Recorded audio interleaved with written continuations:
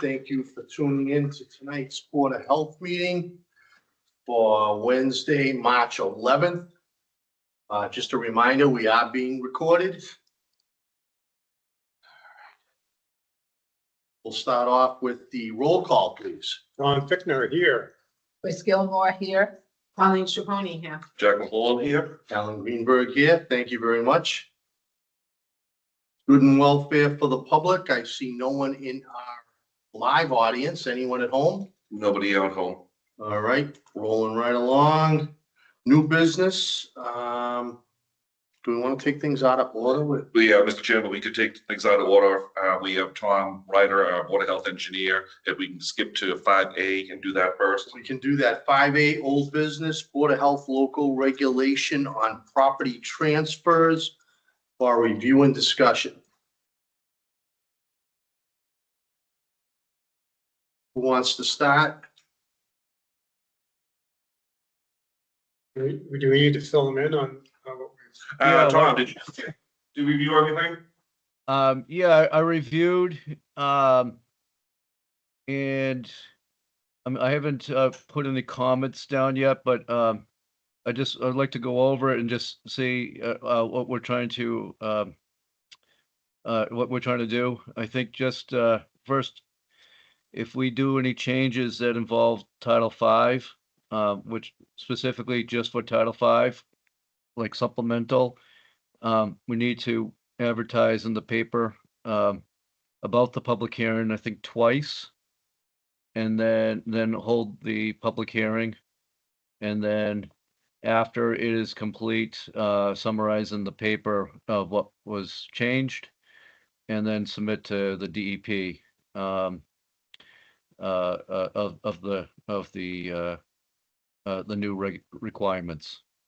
So I just want to make sure that that is the way that Title V is. I think most other regulations just don't require as stringent requirements. So if we are making a change to a Title V condition, or updated Title V condition, then that's what the requirements were. Perfect, thank you. Tom, I'm sorry.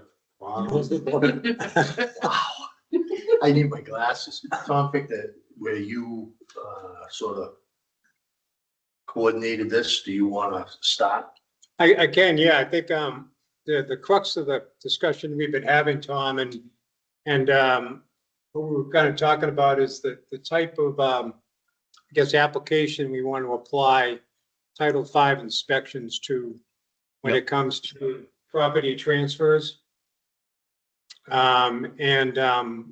What, from a Board of Health perspective, what should be a consistent policy, and where we should consider potentially adjusting what is done now or not adjust what we're doing now. Is that the gist? Yeah, I would say so. Anybody else have anything they would like to add to that? What our goal was initially? Well, Go ahead. go ahead. No, go ahead. Well, I think basically the goal is that when I first started working on the beach, the homes around the Lake Nipmuc, we weren't finding any information on septic systems, and like, well, what about the Title V's of them? But if it's been family after family, generation after generation, we don't know really what the health of the system is around the lake. I think that's what prompted this at the beginning.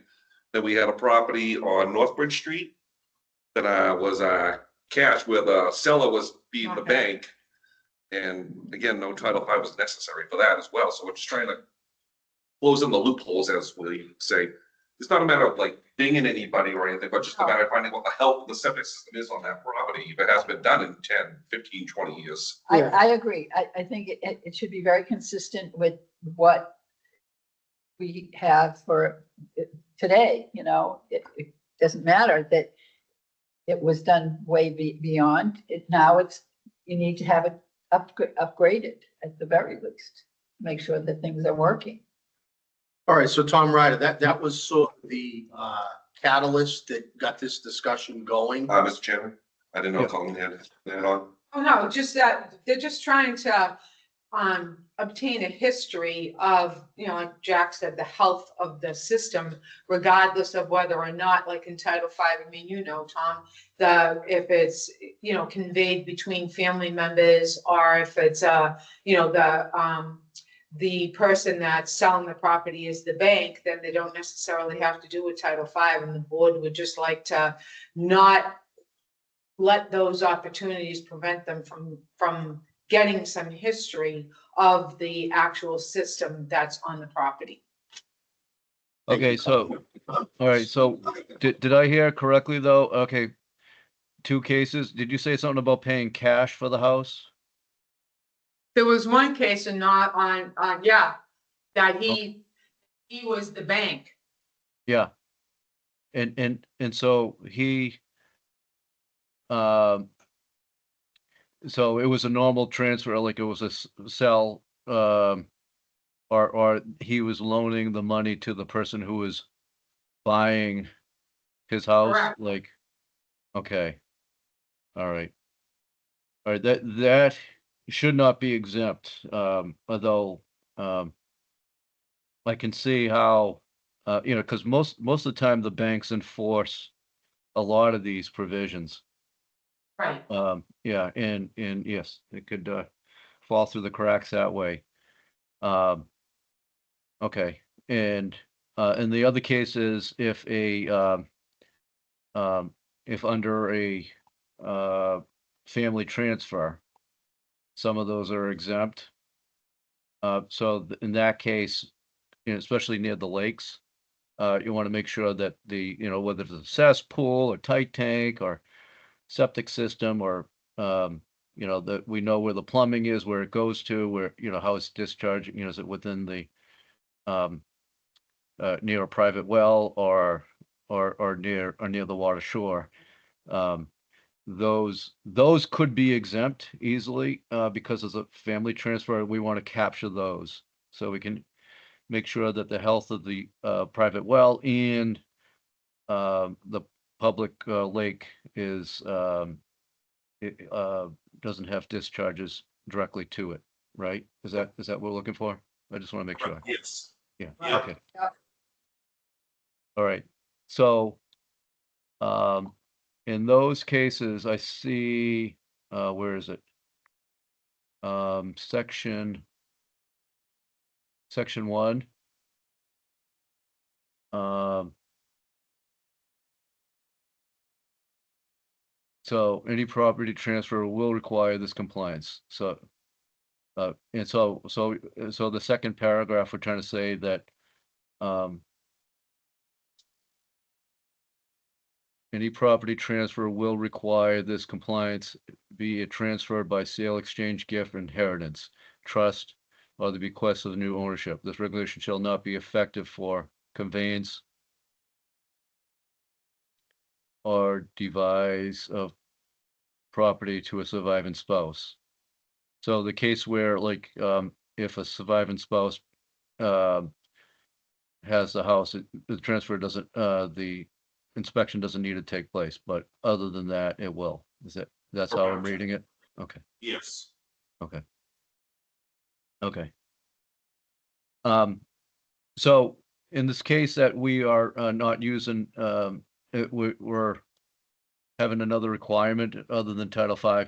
Does it have to be a Title V inspection report, or could it be you need to hire a, someone who can conduct the inspection and file a report on the so it might as well just keep it, you must file a Title V report. Keep it the same thing. Yes. You know what I'm Because if saying? it's, right, because if it's a failure and the board wants to create a different or accept a different kind of report, I mean, I think that would get a little confusing. I think we'd be going in the weeds. Yeah, there's one reason why I was just mentioning this, because, a while ago, DEP decided that, that all inspections, need to be submitted, and then, they ran into a problem where, what if I just want to know the health of my system, and suddenly now I'm saddled with a $20,000 bill. So DEP said, okay, you can have a voluntary inspection, but you can't fill out that report. It's got to be a report on letterhead from the inspector saying that this would fail. So, um, so, so I was just, I was getting a little bit in the weeds, but I just want to make sure that we have our, what is supposed to be submitted is the report, not a, hey, the system would fail. Correct. Okay. All right. Well, the fact that it's voluntary, just the fact when they think there's a box on the form, if they check whether it's voluntary or based on some action, some requirement.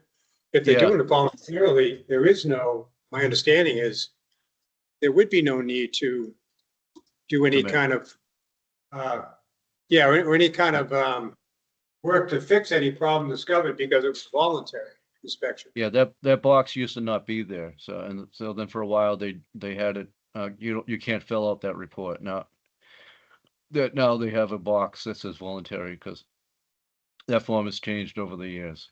Yeah. Okay. So that box isn't there anymore? It is there now, right? But it used to not be there. Okay, yeah. Yeah. Okay. All right. So non-conforming systems an upgrade of the system must occur prior to the transfer of property. Non-conforming systems are system when installed did not comply with the provisions of the 78 or 95 code. So you're talking about cesspools, and such. Okay. So, is there any other, definitions you think are needed in this? I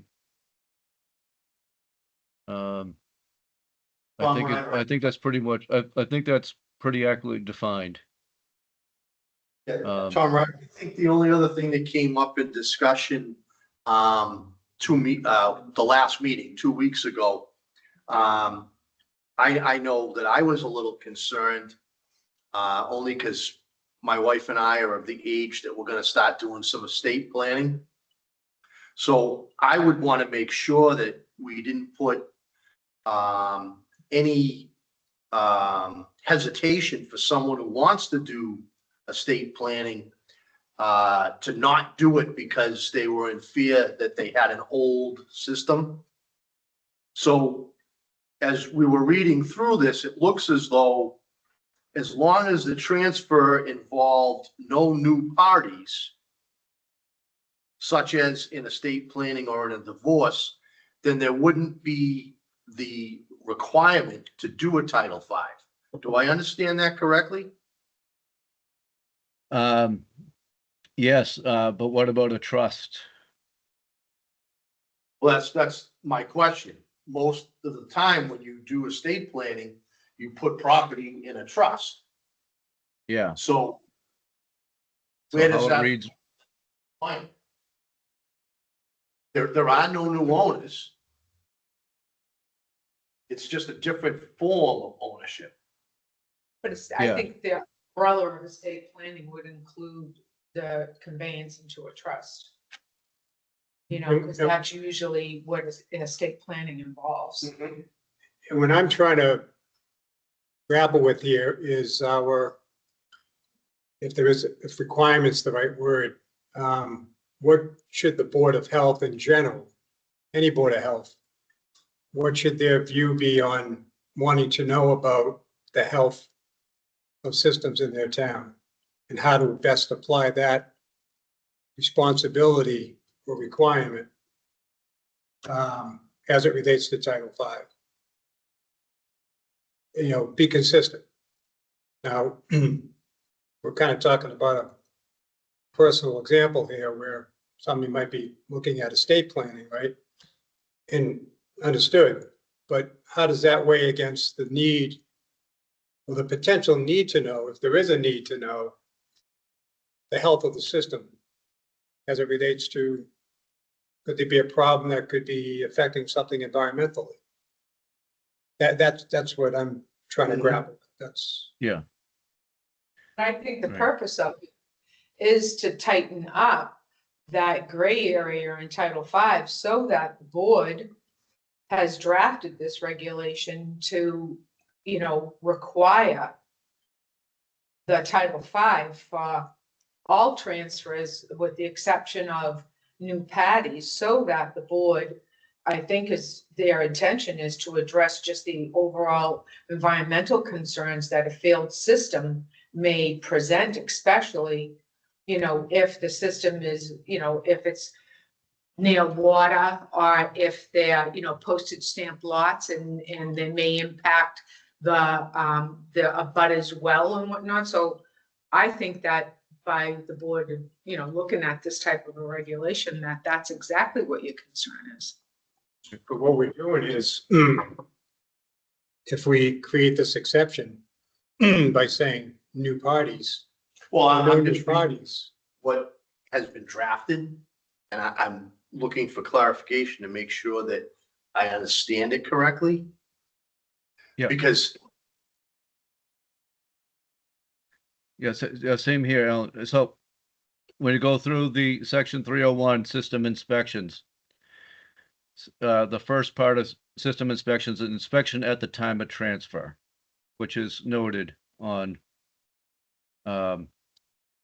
noted in the proposed regs. Okay.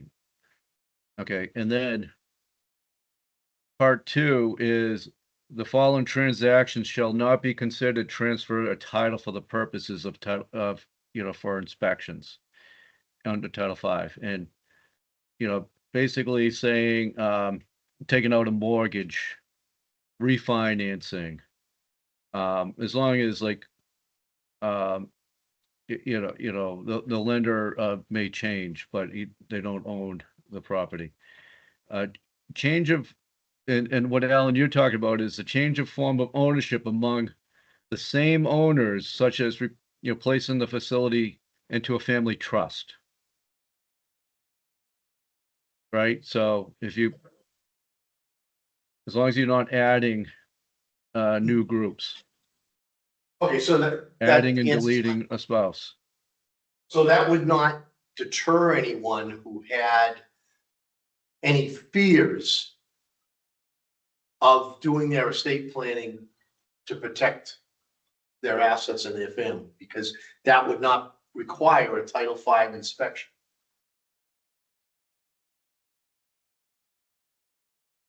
Yeah, so it has Part D, adding or deleting a spouse as an owner or beneficiary, or a transfer between spouses during life, or in a trust, an appointment of a guardian.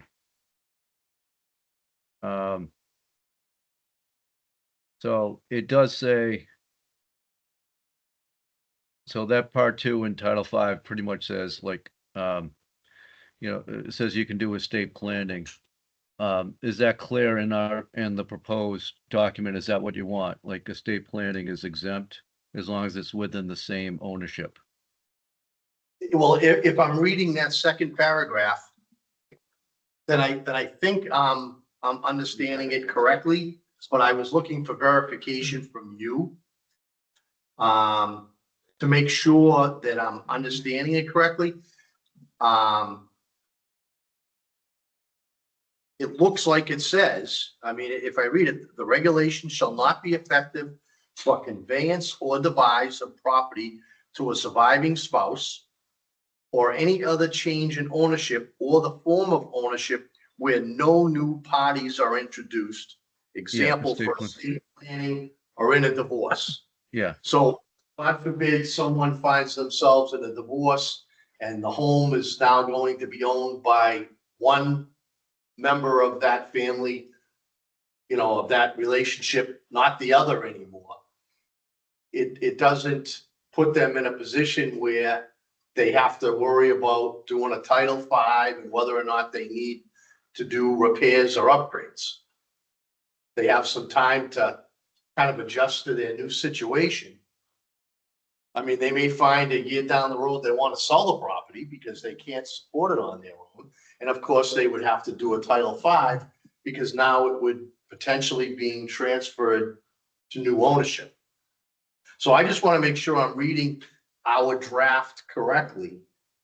And it just happens that I'm getting ready to do something like this. So I want to know where I stand. Well, again, this is our draft. I think, was Tom actually reading something from Title V, Greg? That's what I believe. Yeah, Right, right. So Yeah. it sounds like Tom was indicating is that there's already an element in the Title V regulations that kind of addresses Stresses that thing. your It concern. runs parallel with what we're It writing. sounds like it runs parallel Right. with Yeah. this, right?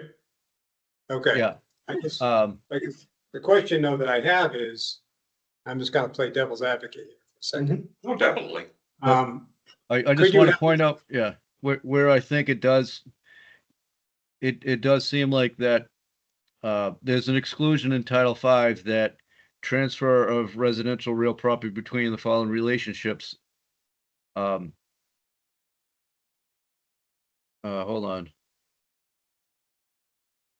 It looks like that inspection is not required if transfer of residential real property between the following relationships between current spouses, which is what we want to keep, between parents and their children, between full siblings, and where a grant to transfer real property be held in an revocable or irrevocable trust. So am I hearing that you want to say, like, if the parents are transferring to the children, they should have a Title V inspection? Well, I Or think what you're hearing is there's a desire to potentially not want to force a Title V inspection under the condition of putting a property into a trust or transferring it to somebody within the family. There's a desire to not want to do that.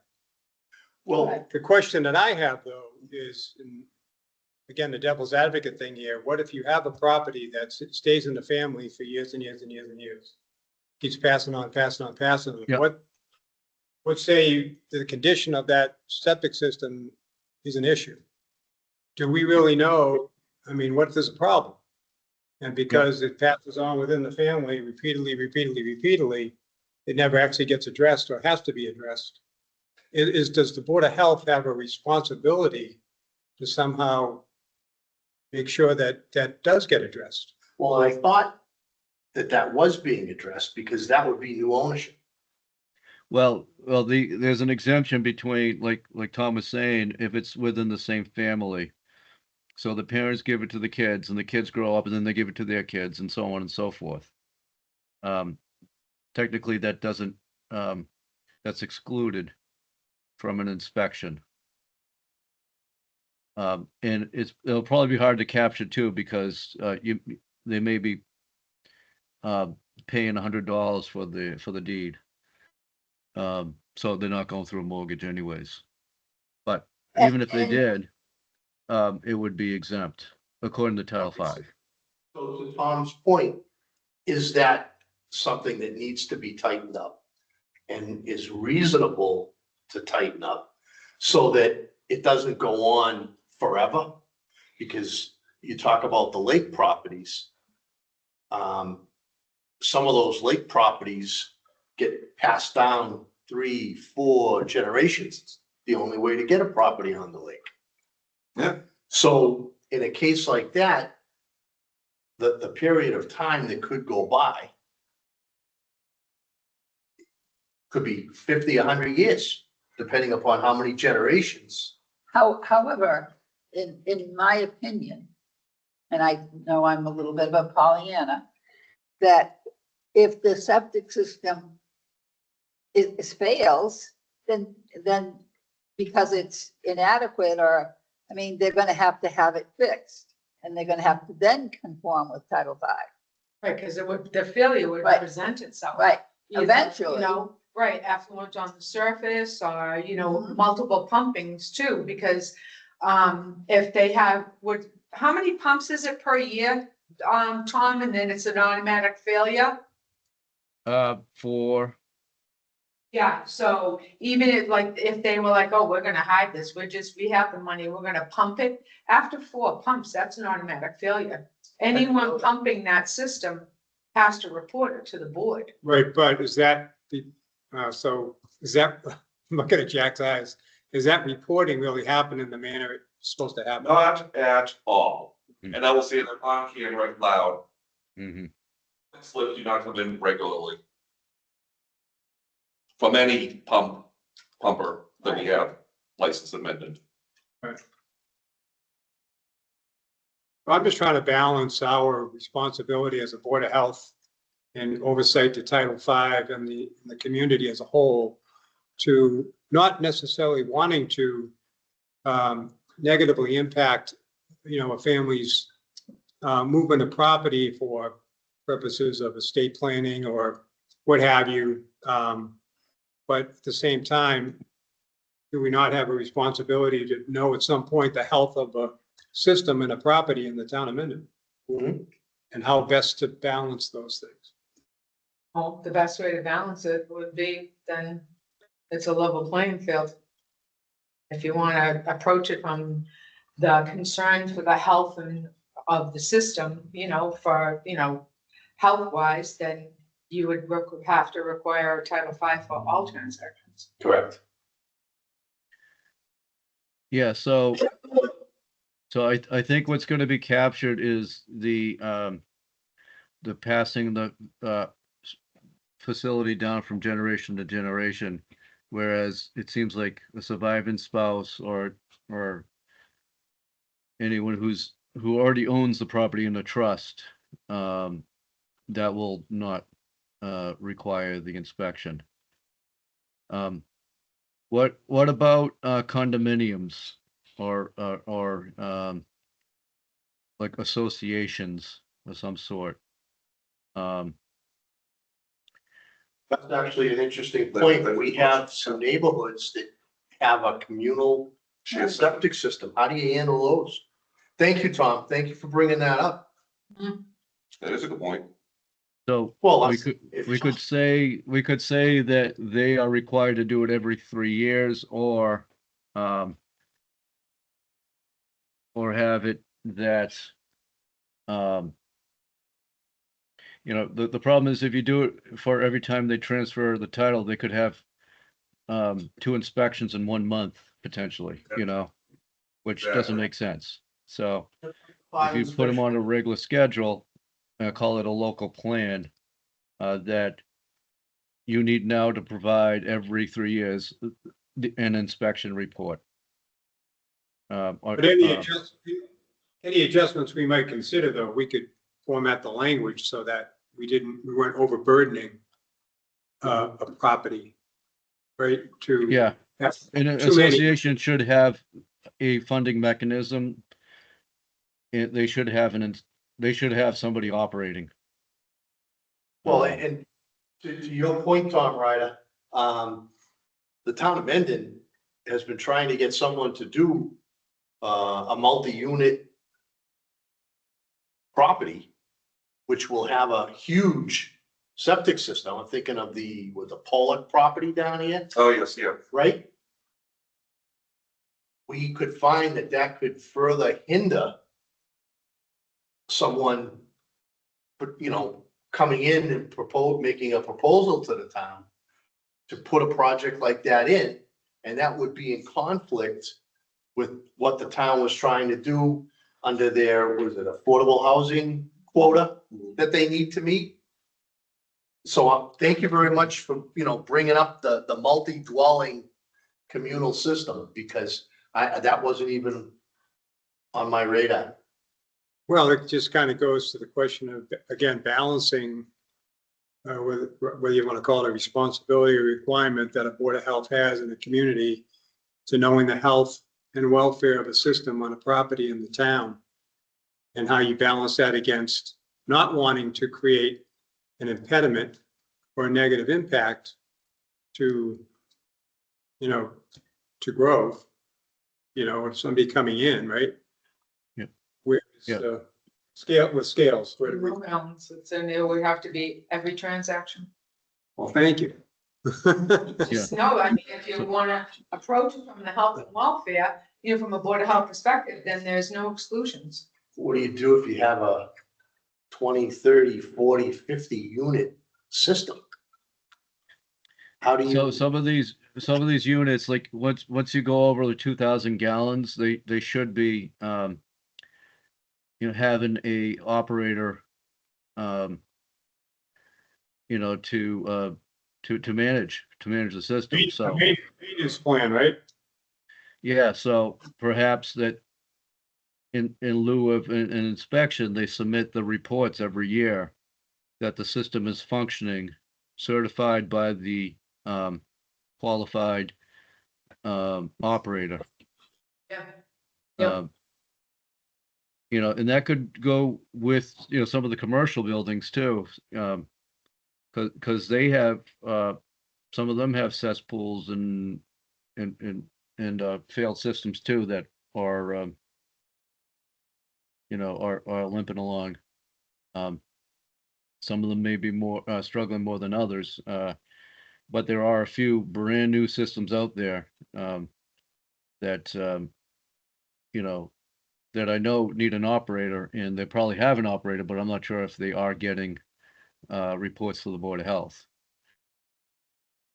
Let me ask a question here.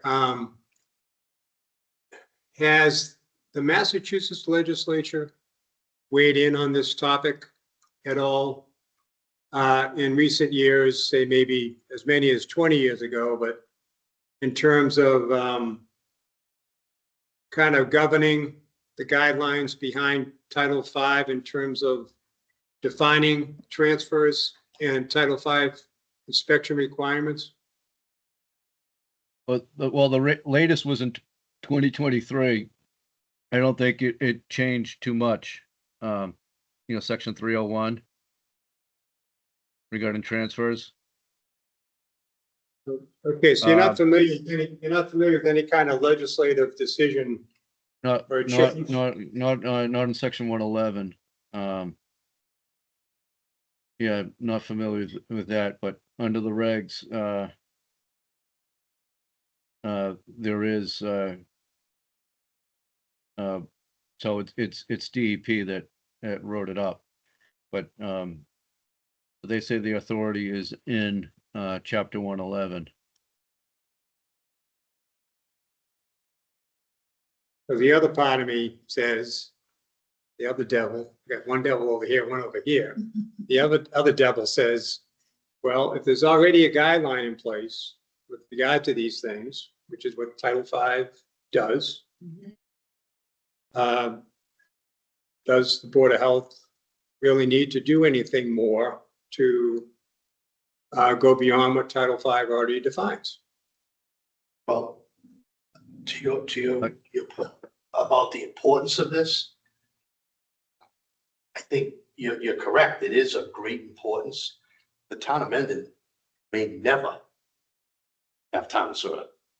We may be a septic system town forever. Infinity Yeah. and beyond. So it is important that these systems function properly.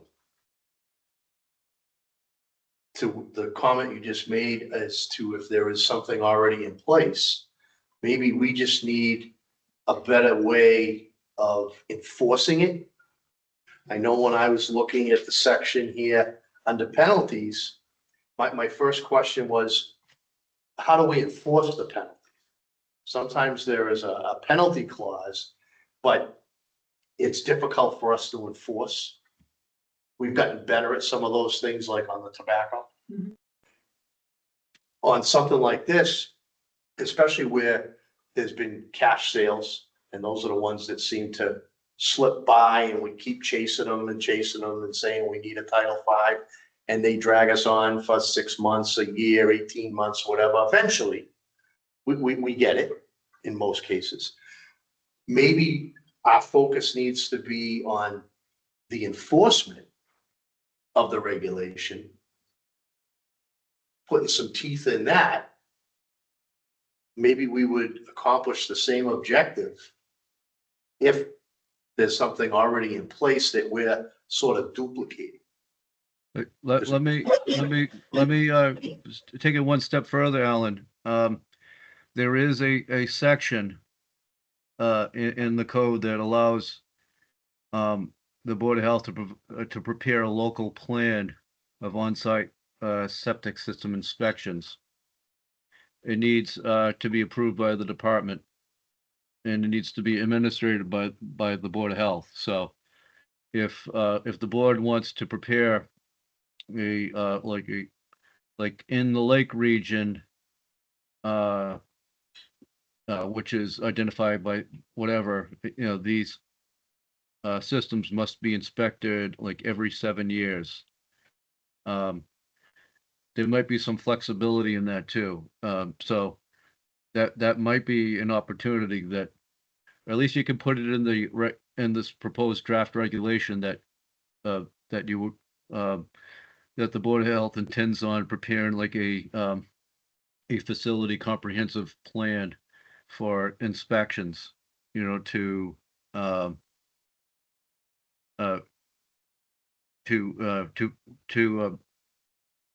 mitigate any health effects due to non-functioning septic systems or cesspools out there. Okay, so could you sort of categorize that, like you mentioned, lake properties?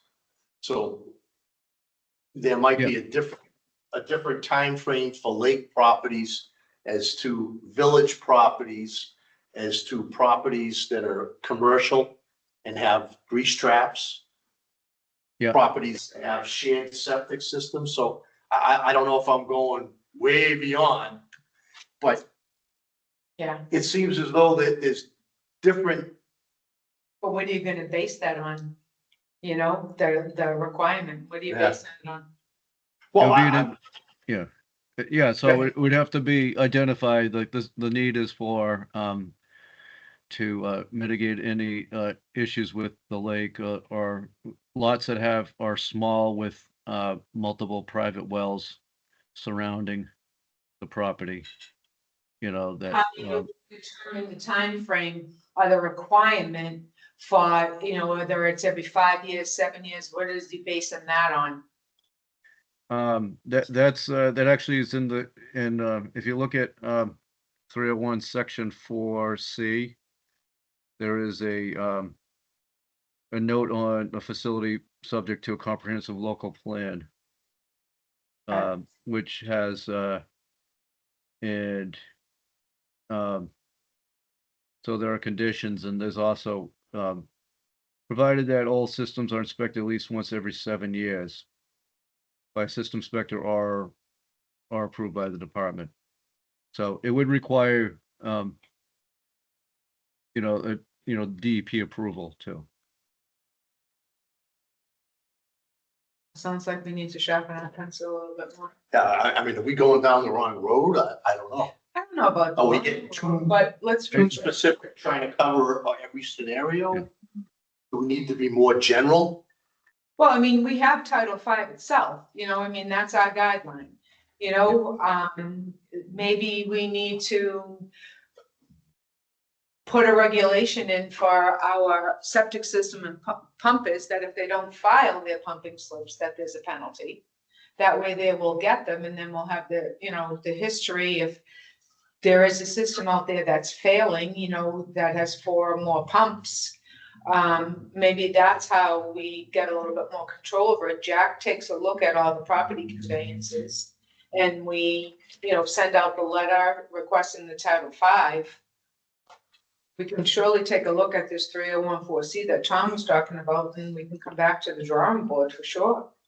I think there's a little bit more research maybe that we need to do and understanding before the board either votes on it or shelves it.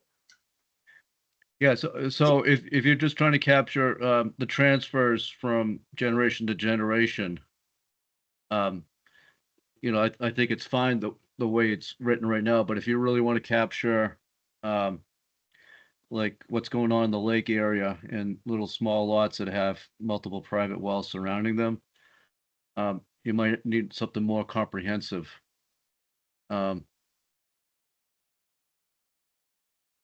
I agree. Just a thought, yeah. Joyce, Tom?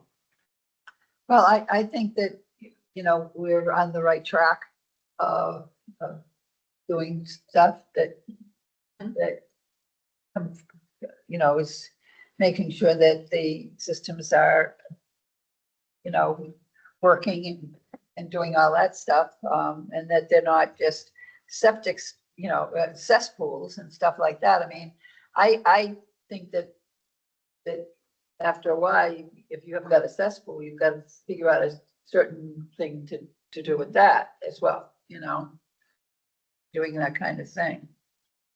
But Well, I mean, you can have, as been pointed out, you could have a cesspool and be functioning fine and not be detrimental to the environment, right? right, And that would be, I guess, from a Board of Health perspective, the overall viewpoint of what is a non-functioning system doing beyond the property? You know, what could it be damaging, right, over time, right? I think we probably raised more questions than we have answers, which isn't a bad thing. Correct. A lot of great scenarios have come up. I think to Colleen's point, I think it's a matter of continue to think it through. Talk through it some more, a little more research, and see what could ultimately be decided. There are a lot of little variables here, right? And I have two scales I'm trying to balance between not wanting to impose, you know, unjust hardships on families, but at the same token, balancing that against what is considered reasonable for a Board of Health keeping it in knowledgeable compliance. on the health of a property. Right. When it's regarding their. And maybe, yeah, maybe it is, you know, the pumping, starting to find that, and also to, you know, get a title, tighter enforcement on making sure that we receive the Title V reports. And we can, you can actually, at the local level, issue a fine for the Title V inspectors. So that would mean tightening up the enforcement aspect. Right. I don't have the numbers in front of me like Jack would. But based on the construction that's been going on around the lake and the systems that have gone by the board for approval in the last 3-4 years, I would say we've probably made great strides on updating a lot of the properties around the lake. I'm sure there's, you know, still a handful or more, 2 handfuls maybe. But I mean, because of the reconstruction or additions to a lot of those properties that have gone on and the value of those properties, I think we're probably in a lot better shape than we were 5 years ago as far as the health of those particular systems. Just because they've taken care of it. The property has been sold, the property has been doubled in size, the system has been upgraded. So we're very fortunate that is what seems to be going on the lake, whether you're on 16 or Kinsley Lane or Taft Ave. I mean, the changes in those properties is unbelievable.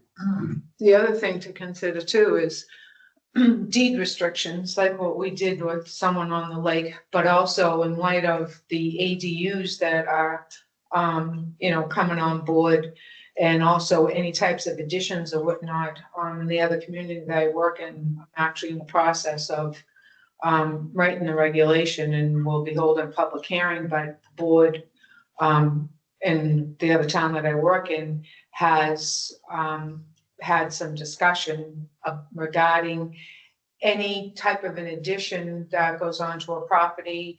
You know, I mean, sometimes people can be creative and they can say that, oh, this is an office. But to look at what the on-site septic system at the time is, whether it's 3 bedrooms, if they put on an addition, they say, oh no, we're going to be working from home, or if it's an ADU, to require them at that time also to place a restriction on the property, limiting the property can only ever be used as a 3-bedroom. That's another way for the health and safety of the environment that the board could control the use of the property, where if they put on a 4th bedroom and it's really only a 3-bedroom, it's only a 3-bedroom system, there could be, a problem in the future. So that was something else that I was going to mention to the board. And you brought up something that I wanted to get a verification of what I understand to be how a bedroom is defined. What are the characters that defines a room as being a bedroom in a house? Well, it's really the use. I mean, I know some people say, oh, if it doesn't have a closet, then it's a bedroom. Right, Tom Ryder, you frequently cite what qualifies physically as a bedroom. Yeah, so a bedroom, there's gonna be an expectation of privacy. There needs to be electrical. It needs to be a window. It needs to be more than 70 square feet. The height of the ceiling has to be a certain height. I think it's 7 feet. And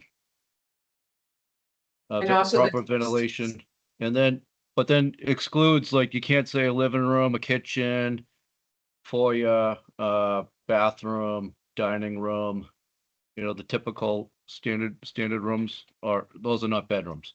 But anything else that has expectation of privacy, electrical, ventilation, one window, and heat, it could be a bedroom. And what was it? So the other way that what you could do too is, and I've seen this done before, is, is the door into the bedroom. You could, if they say, oh no, this is an office, you can make them put in a larger door than the traditional regular size bedroom door, so that there's not, to Tom's point, that privacy. It doesn't meet that definition because the door size now is larger. Well, wouldn't a door, irrespective of the size of the door, would that automatically constitute privacy because you could close the door? It's the door size that have in the state building code. It's clear, yeah. Okay. But regardless of, I would say that, if it walks like a duck and it talks like a duck, it's usually a duck. So that's where the deed restriction can come into play too, where the board could protect, the abutting properties, from additions, or, even, a garage. A garage can easily be converted into, livable space. Yeah, we dealt with a property in another town where it was supposed to be it was a 1-bedroom shack, and they were building a 4-bedroom house, but everything was not in compliance. So, but it was approved by the building department at the time. So when we went through it was like they had to add openings between some of the rooms, and open up the doorway, like you're saying, so that there's no expectation of privacy for those rooms. They still had the square footage, floor area, but they were trying to say, oh no, that one's a library. That's a movie theater room.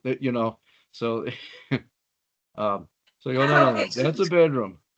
Right, because you don't want to, call them, say that they're fibbing, but, another way of protecting the use of the property is by a deed restriction, because the room size and the ceiling height and the window requirement, that's all part of the state sanitary code. That's why, like, when there's building permit applications and whatnot, that they get reviewed by the Board of Health as well, especially if they're proposing bedrooms, so that the Board of Health can take a look at that and say, okay, what's the square footage? What's the ceiling height? What's the window size? Also too, all right, this property is on septic. All right, so now you want an original floor plan and what you're proposing. If they're adding a bedroom, then they'll be upgrading their system. If they're not, but there's a room over here that looks like it's a bedroom, but they're labeled it an office, Well, now you're gonna do a deed restriction just to protect the property. So that even when they sell it, so that, you know, sometimes this is over years, you know, that, oh, they converted an office into a bedroom and then it got sold as a 4-bedroom, but it's still only being serviced by a 3-bedroom system and it wasn't picked up. And that just keeps on continuing. Now you stop that chain by restricting the use of the property to whatever the system is that's servicing them. Yeah, I believe we had that happen. It was a 6-bedroom. Mm-hmm. And it wasn't until it went on the market that it was caught, because it was, the realtor was presenting it as a 6-bedroom, had no idea that it was Happens all supposed the to be time. more than a 4. Happens. And somewhere along the line within that transfer, it got caught. Yep, and that happens all the time. And then the thing is that, you know, that creates a, you know, a precarious situation for the board, because now the board is saying, wait a minute, that's only a 5-bedroom and you have it as a 6-bedroom. That creates a lot of, you know, personality. This way here, if the board restricts the use of the property, so there's no, you know, mystery as to how many bedrooms it is because it's recorded in a deed. I know Tom Ryder has another appointment after us, so. Yeah, and I was gonna Yeah. suggest we So- put this on the next agenda and do some more thinking about it and more discussion. So I also like the testing of the private well, and perhaps can we have like the inspector pick up a form to use for the testing? You know, so they have it, a standardized form attached to the Title V for the Just well for- test. Yep. I'm thinking, yeah. Just to, you know, maybe we send them out to them, to the inspectors that we know, the frequent inspectors we know of. The well, that we're talking Yeah. about the well. Yeah. All right, Hey, Tom Ryder, thank you very much. All Yeah, right. thank you, Chief. Nice Thanks, seeing you Tom. guys. well, You're here. Thank you. All right. We're back at 4A. Yep. Board of Health review and approval for minutes. Got quite a few of them.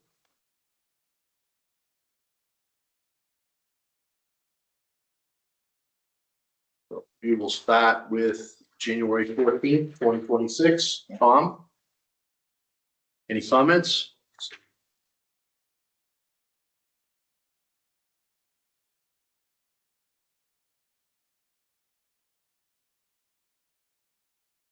The only question I had was,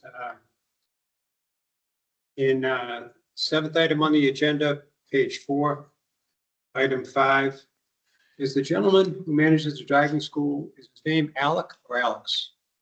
I think it's Alex. Out. With an X? Yeah. Okay. Well, the only thing I have there was maybe just a spelling correction, Jack, on how we spelt his name in the paragraph. More often than not, it was a C. But there was one place where we used an X, I just wasn't sure how. That was it. Other than that, great job. thank you. All right, Joyce, any comments on No, January 14th? No. I'm good with that, and I didn't pick up on the spelling of the name. I probably didn't hear whether it was Alex or Alec.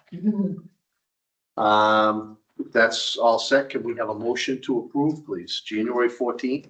I make a motion, we approve the agenda for approval of January 14th. I'll second the motion to accept the meeting minutes of January 14th. All in favor? Tom, aye. Joyce, I. Al and I, thank you very much. All right, moving on to January 28th. That was a short meeting. That's being so hard. I was absent. You were? I was. Anybody have anything on that, Tom? I do not. Joyce? I do not either. All right. Even though I wasn't there, I know I can vote on this. Correct. Oh, absolutely. But I did have, Now you can't vote. okay.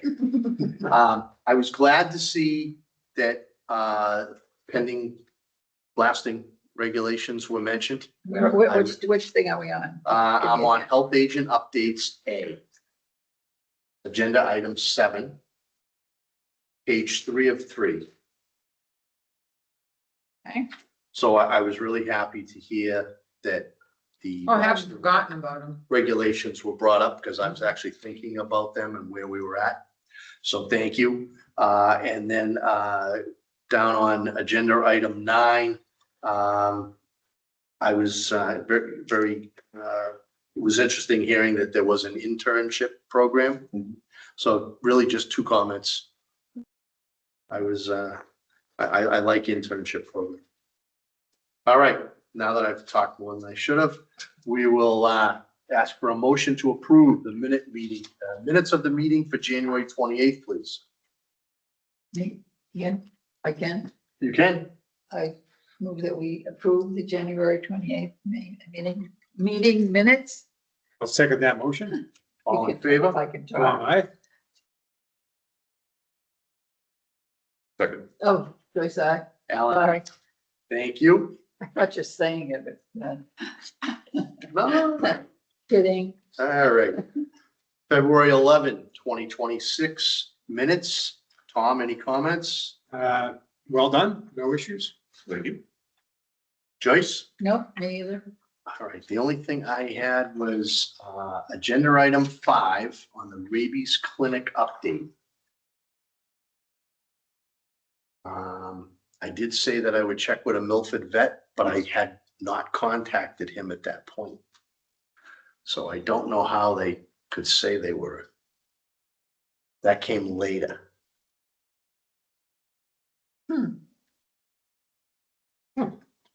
I will look into that. Yes, please, thank you. Also finding statements, eh? Well, no, I just, I'm just kidding. you know, I'm just teasing, folks. other than that, I'm good. Can I have a motion, please? For the minutes of the meeting for February 11th. I move we accept the February 11th meeting minutes. I'll second that motion. All in favor? Tom, aye. Joyce, I. Al and I. Right. Now, moving along to February 25, 2026. Tom, comments? Well done again, Jack. Thank you. Just one grammar thing on 6th item on the agenda, page 2. Yep. In the middle of the paragraph where it says, Vice Chairman Fickner said the idea is not to regulate. And then the word by, maybe the word but there, but rather.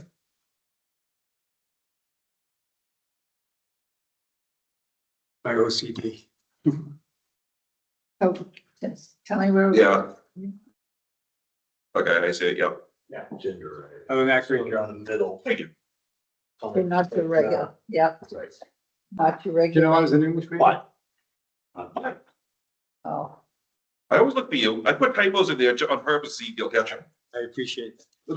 You're just making sure you really read it after all the time you put into producing them. All right. I move we accept the meetings of the minutes of the meeting of February 25th. I'll second the motion. All in favor? Tom, aye. Joyce, I. Al and I. Thank you. Yeah, this one here, when we did the rabies clinic update, that's when I had actually spoken to the vet. Okay. And he just needs to speak to us. Mhm. So we had come up with the month of April. Mhm. So now, well, if we fine tune that a little to a couple of Saturdays, I will approach him again and see which one of those Saturdays works best for him and his staff, Mhm. provided his staff says that they're in. Okay. And I plan on encouraging them with free lunch. Okay. Okay. Thank you. Thank you.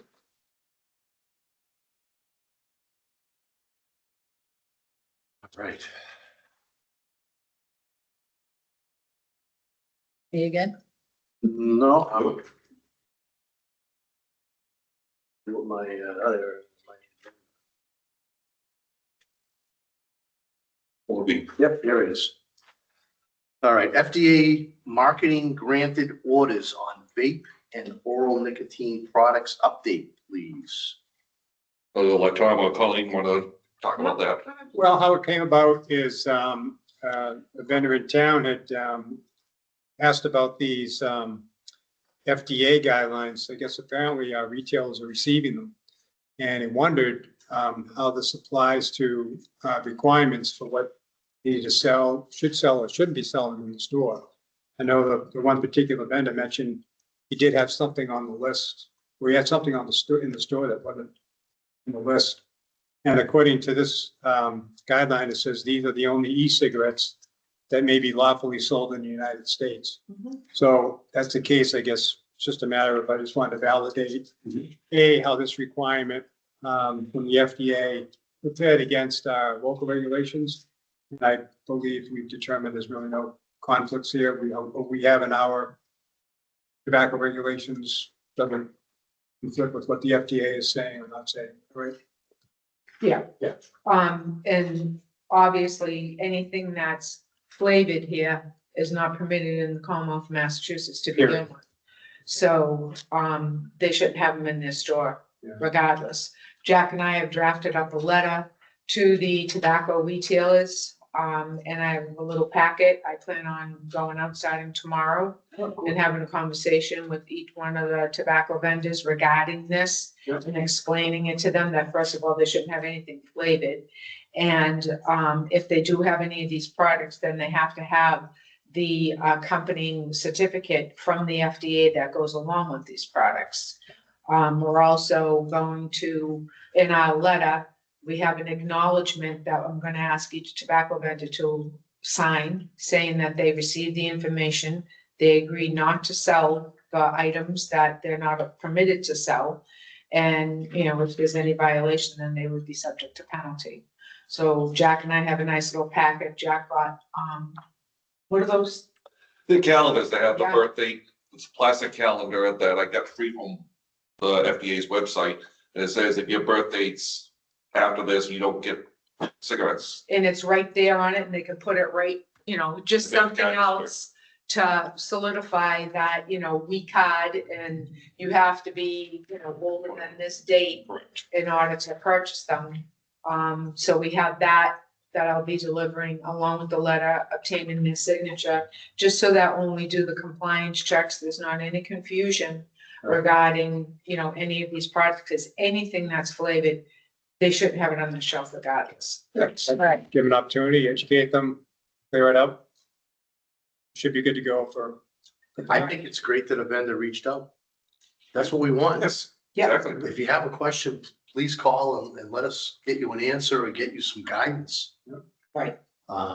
So I think that is really awesome that they're comfortable enough to reach out and ask a question so that we can help them. Yeah, well, I mean, we have a great rapport with, you know, with our local vendors. I will say that there was there was a sting yesterday. And one vendor sold to a minor, so they will be on our agenda on the 25th. No. I spoke with the vendor today, made them aware of it. We weren't aware that they were in town doing it, because I like to go with them. So I just reached out to Casey and she was like, I'm so sorry, next time, you know, not a problem, just because if there is an, you know, an issue, they're not gonna go in and let you know that you just sold to a minor. They're not, Right. you know, that's not their function. You know, but I could go in and speak with the business owner and have a private conversation with, because they all know me, you know, and that's the way I like to handle it. So that today we got notification, I had to call the visit on the phone, and it was less personal than being in person. Yeah, so it's sort of after the fact. Right, you know what I mean? So I just would prefer to handle it right then and there. Yeah. But the good news is that it was only one. Mhm. And so we had a conversation, I explained the process, I explained that it will be on the board's agenda on the 25th, because it's a state violation. It's $1,000 fine and up to 30-day suspension that the board will be voting on. Okay. So that's just a side margin, because we were talking about it. Okay. So anyway, so yeah, so Jack and I we prepared a nice packet, gonna go out, do what we do best, and that's education, you know, to all our vendors, deliver the handy dandy things that Jack ordered, and just reestablish that if they have any questions at any time, that they should contact us. Bring some lollipops with you. Lollipops. You know, again, I know I'm keep banging on the same drum, but the nicotine pouches.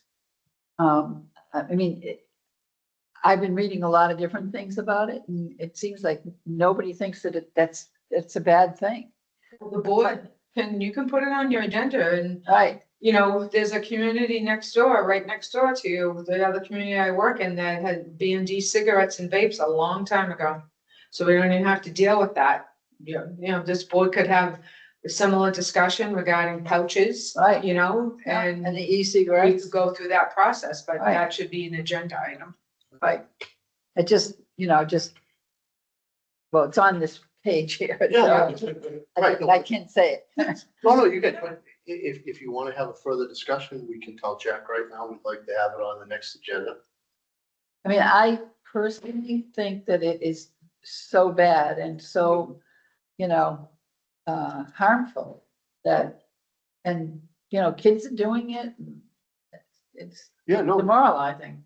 can we add to that, maybe a little more on the nitrous oxide that we have mentioned in the past and how addictive that is? Yep. I don't know what regulation power we have on that, but that doesn't sound like a great road to go down either. And that's the whipping cream thing, right? I know one of our vendors, retail vendors, has that in their establishment. Yeah, no, just, Yeah, let's do that, yeah. And the other thing is the e-cigarettes. Now, would you explain to me exactly what that is? Because I'm not sure I'm in the same ballgame with everybody here. All right, What's it? when I tried to quit, maybe the 30th time I tried to quit smoking, it was an e-cigarette. It's basically an electronic that has a battery in it, like this, and you inhale it, and there's a little cartridge inside, and it's just vapor that comes out. It doesn't smell or anything else, but it's just as addictive, but it is nicotine. Oh, it is. It's like a vape pen as well, and too. you Right. refill it. Right? The You cartridge. need a cartridge. Right. And if you get it on your skin, you absorb it, Yes, yes. which is the big problem. So a lot of people were saying you can smoke it. I can smoke it next to Alan. He won't smell like tobacco smell or anything right. else. All right, so we can touch more on that, Yes, next agenda, I'll have it on there. right? More Okay, appropriate? Yep. Very good. Okay. sorry, I No, No. play the same drum. I'm with you, no, I understand. The BOH admin updates Earth Day annual town cleanup event. All right, so the only update I have is, we're scheduling the 2026 Men's Annual Town Cleanup Event. We're gonna be having it on Saturday, April 18th, and running it through Saturday, May 9th. The kickoff event, John Dudley is working very hard on. I greatly appreciate his help. We're gonna have that at the Saturday, April 18th at the Clough parking lot. We're looking to get, some food vendors there, a couple of emergency vehicles, just to make it more enticing for people to join and register to help clean up. So we're still working on the logistics, but, save the date, April 18th. Just adding to Colleen's work in terms of inspecting the food vendors. Well, tis the season, you'd be surprised at how many applications. You just think they get their inspection there, then for the year, they'd be good to go. So that's all I have. Very Nice. good. We could write a Awesome. poem about the 18th of April, 75, hardly a man, no. Yeah. Who remembers that famous day? Yeah. And I write out of here. Yeah, go get them. All right. Anything else before we move forward? Health agent updates, please. We have been very busy, like I said, I mean, the, mobile food permits, applications are coming in. I anticipate because of the 250th anniversary, I know a lot of other communities are experiencing the same thing, that there's been an uptick in permit applications because of all the, different festivities that are planned for the country's, birthday. So, and we're seeing it, you know, in Mendon as well. We've had a few complaints. It varies from, wood stove smoke to septic smell to, complaints about neighbors, so been fielding those. I told you about the tobacco compliance, and I'll be going out delivering those. And also have, Kyle, sent a draft of the noise bylaw, so, we're reviewing that. I've started to make some notes today. I actually have to finish it and get it back to them because they would like to put it on the town, annual town meeting. Who said that? Well, Oh, Calhoun. Yeah.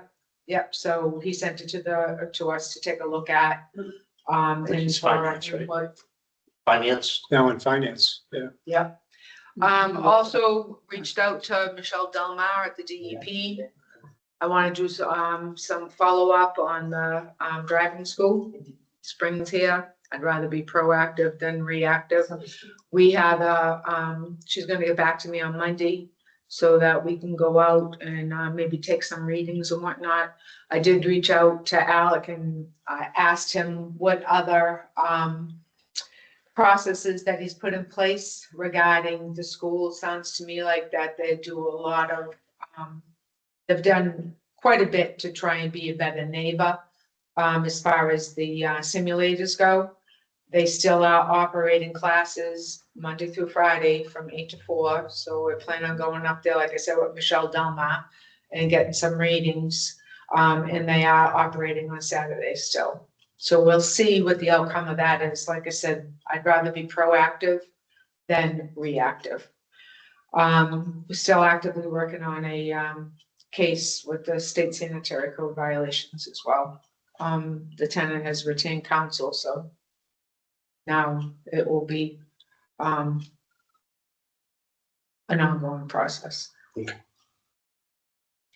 Busy times, very busy times. no, you definitely don't stand still too long. No. We got him under contract now. too. Anybody have any questions? No, thank you very much. Get your sleep. Good job. Hey, Really good job. Together, you're like a team. This is my buddy. Good. And we're getting impressed. Yeah, no, I'm telling you, he's my partner, friend. No, I think it's great that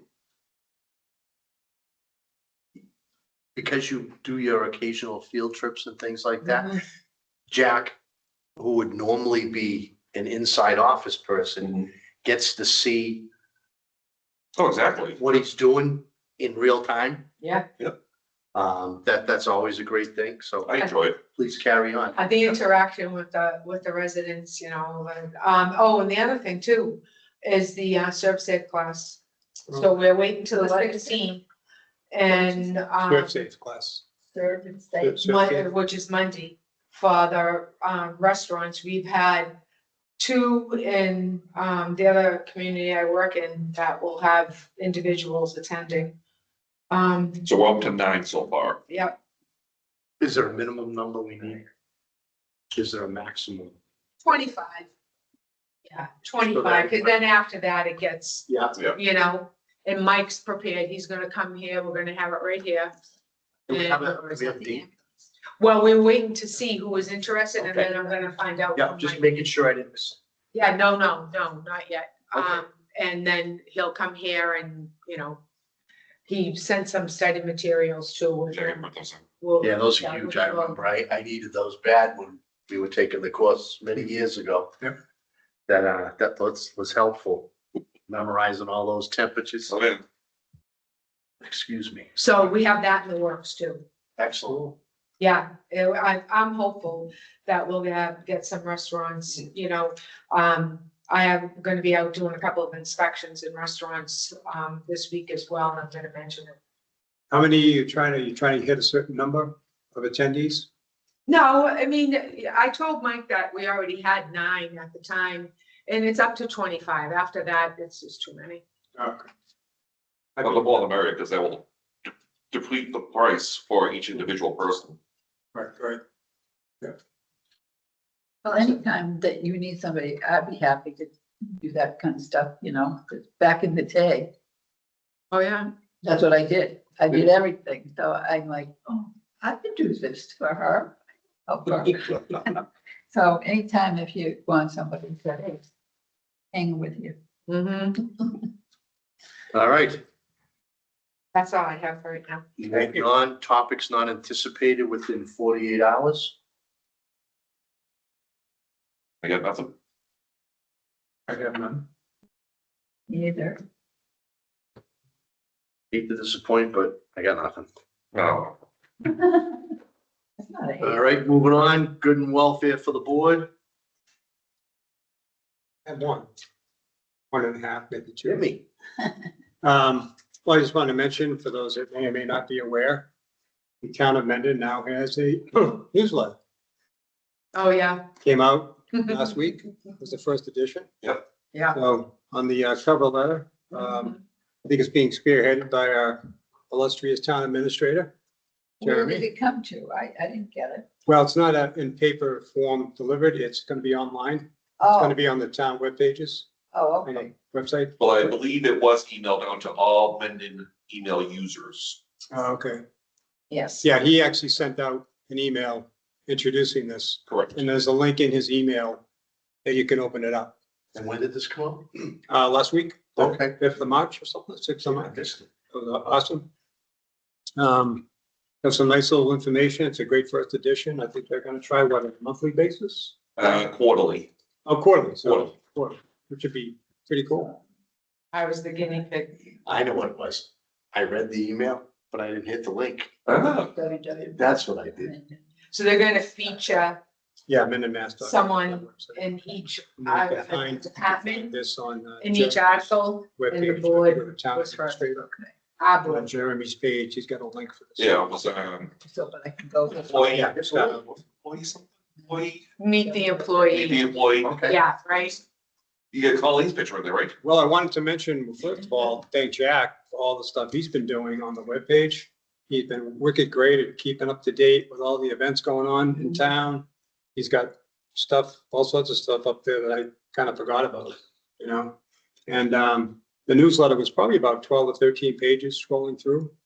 And what I found of interest was a employee spotlight of our own Colleen Strapone. Hey, very good. I was Yeah. the first one. So it was pretty cool. Some great questions were asked. There's some great answers. I thought, second question I thought was pretty cool. It actually made me feel kind of humble when she said, what's your favorite part of your job and why? A little disappointed. She didn't say dealing with the Mendon Board of Health and a great experience in her life. However, what her answer was helping someone, plain and simple. So I think that was really cool. It's very nice to, it's all about that, you know? Yeah. And there was a lot of different questions asked and she had some great insight and whatnot. And if you feel you want to peruse that, feel free to. Yeah. But congratulations, that's awesome. Thank you. Very good. Great. Thank you. Yeah. I was happy to be of assistance. Now, did they come to you for that? Yeah. Yeah. Yeah. But- No one wanted to be first. Ah, So I said, nah, volunteer. What did they say about volunteer? right.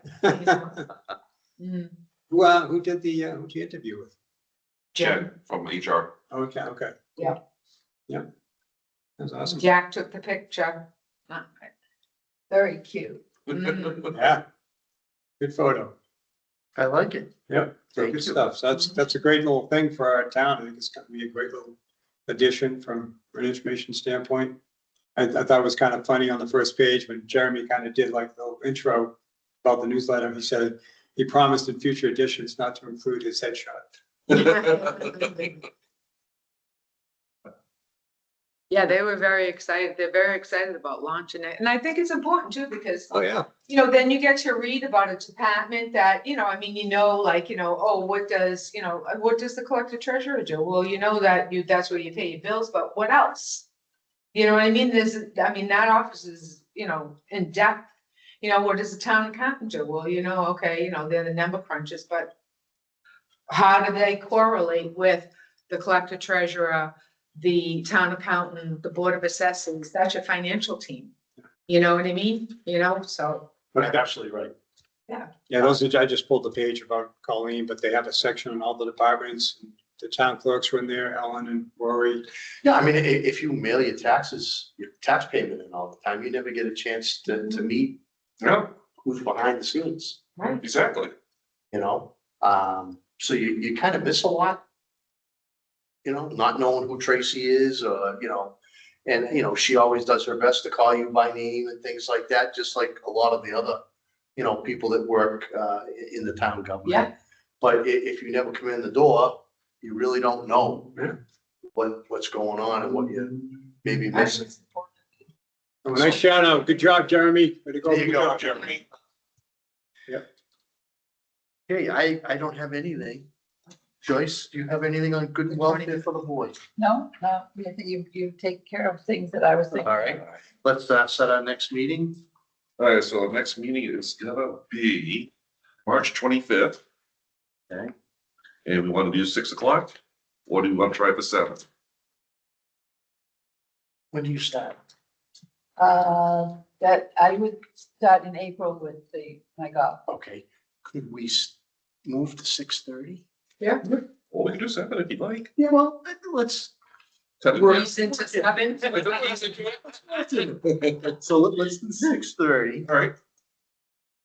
And what was the date again, Jack? The 25th. Okay. 3/25/26. Next meeting. Just.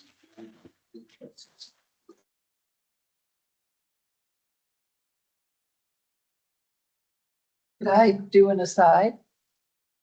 What? Can I do an aside? Sure. I'm having our cook guild is having our cook show in St. BBT All right. on Friday and Saturday and Sunday, 14th and 15th. And there's 200 folks that are unbelievable. It's an art show. It is very much hard. It is really, yes. It's unbelievable. These women are so talented and it's so beautiful. And Yeah. so What are the hours? At BBT. at BVT, Yeah. and it's 10 to 4, 10 to 4. Saturday and Sunday. That is, But if you go on Saturday, you could vote for someone's quilt. Just saying. Okay. All right. Yeah, I mean, it is unbelievable. I Oh, yeah, started, I enjoyed it. I started Yeah. that quilting guild in 1991 with 8 people. And now we have 85. Wow. Yeah, and I mean, That's it's awesome. unbelievable. Yeah, For you. unbelievable. Good. Anyway, that's my story and I'm sticking to it. Very We're good. Glad to hear that. Motion to adjourn. I move we adjourn. You'll second the motion? All in favor? Tom, aye. Joyce, aye. Al and I. Thank you very Thank much. you all. Good Thank you. night. Good night, farewell, Libby.